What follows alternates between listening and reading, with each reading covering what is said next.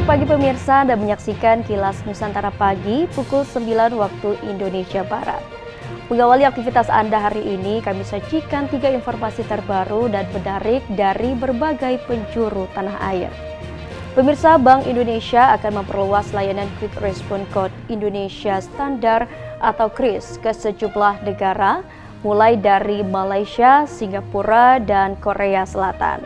Perluasan ini diharapkan dapat membantu wisatawan atau masyarakat yang ingin ke negara-negara tersebut agar tidak perlu menukarkan uang dan mempermudah dalam melakukan pembayaran transaksi saat berbelanja.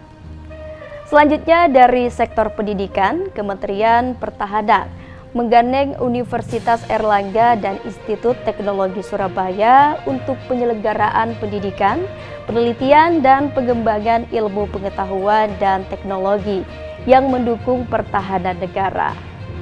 Kolaborasi tersebut ditindaklanjuti langsung oleh Menteri Pertahanan Prabowo Subianto dengan mendatangi 2 kampus negeri di Surabaya itu sekaligus melakukan tanda tangan kerjasama.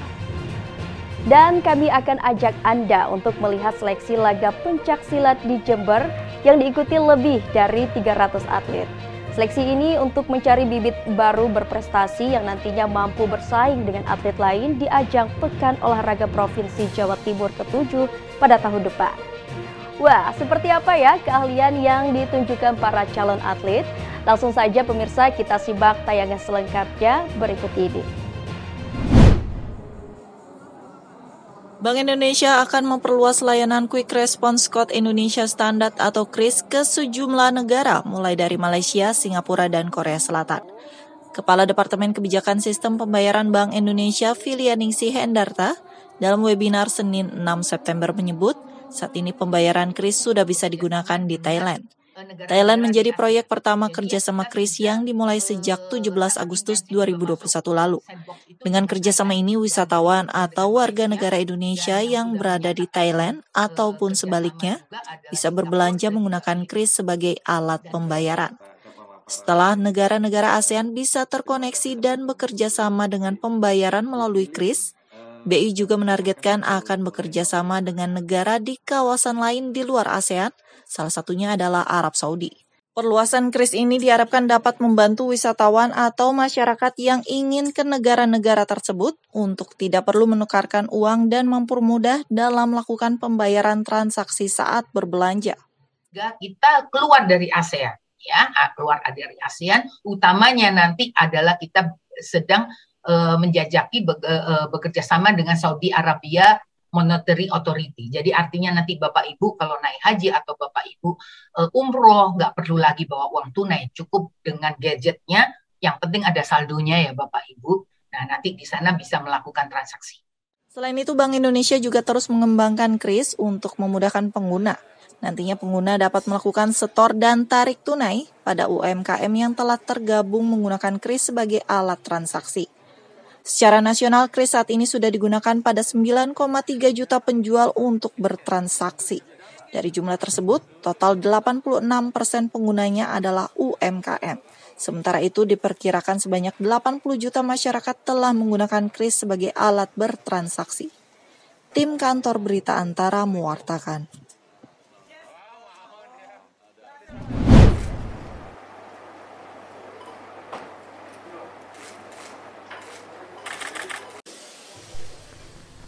Kementerian Pertahanan menggandeng Universitas Airlangga dan Institut Teknologi Surabaya untuk penyelenggaraan pendidikan, penelitian, serta pengembangan ilmu pengetahuan dan teknologi yang mendukung pertahanan negara.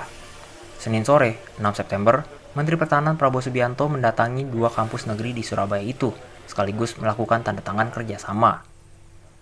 Menhan Prabowo mengungkapkan, Unair banyak mengembangkan inovasi di bidang kedokteran, salah satunya sedang membuat vaksin virus corona yang didorong cepat selesai. Selain itu, Unair juga melakukan inovasi pengobatan untuk penyakit malaria yang dinilai penting bagi bangsa Indonesia yang sedang menghadapi pandemi COVID-19 maupun malaria. Selain itu, kampus ITS saat ini sedang mengembangkan ventilator dan oksigen konsentrator. Sehingga dengan 2 inovasi tersebut, terlebih di tengah pandemi COVID-19, Indonesia tidak perlu lagi melakukan impor. Kita tanda tangan kerjasama dengan Airlangga dan ITS untuk kerjasama di bidang pendidikan, penelitian, kemudian pengembangan kerjasamanya antara ilmu pengetahuan yang dikembangkan di kampus, ya, dan Kemhan. Kita ingin menggunakan inovasi-inovasi dan hasil karya anak-anak bangsa. Menhan Prabowo menyatakan, anak bangsa mampu membuat berbagai inovasi. Melalui kerjasama ini, diharapkan inovasi-inovasi dan hasil karya anak-anak bangsa Indonesia dapat digunakan untuk kepentingan pertahanan negara. Dari Surabaya, Jawa Timur, Hanif Nasrullah, Kantor Berita Antara, mewartakan.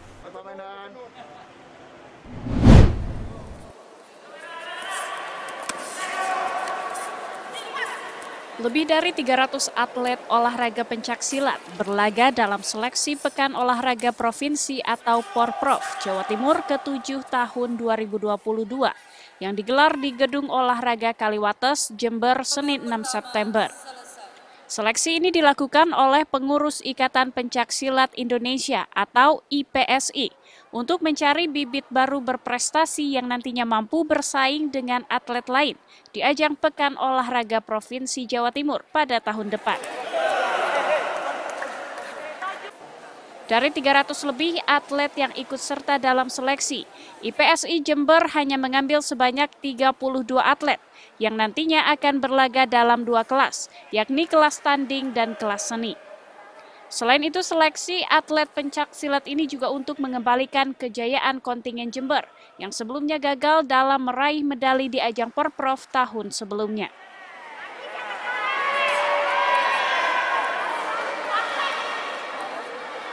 Insya Allah kita beri harapan ya untuk bisa mengembalikan tradisi pencaksilat Jember yang selalu pulang membawa medali setiap pelaksanaan Porprov. Itu target kita. Apabila tidak terdapat kendala, ajang Porprov Jawa Timur ke-7 akan diselenggarakan pada bulan Juni-Juli tahun 2022 mendatang di 4 kabupaten, yakni Kabupaten Jember, Bondowoso, Lumajang, dan Kabupaten Situbondo. Dari Jember, Jawa Timur, Hamka Agung, Kantor Berita Antara, mewartakan.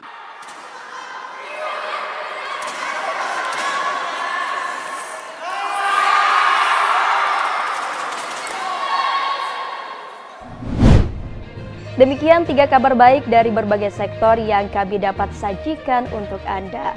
Pemirsa, kami akan kembali menemani Anda dengan informasi terbaru dan menarik lainnya dalam tayangan Kilas Nusantara siang pukul 13 waktu Indonesia Barat nanti. Sampai jumpa.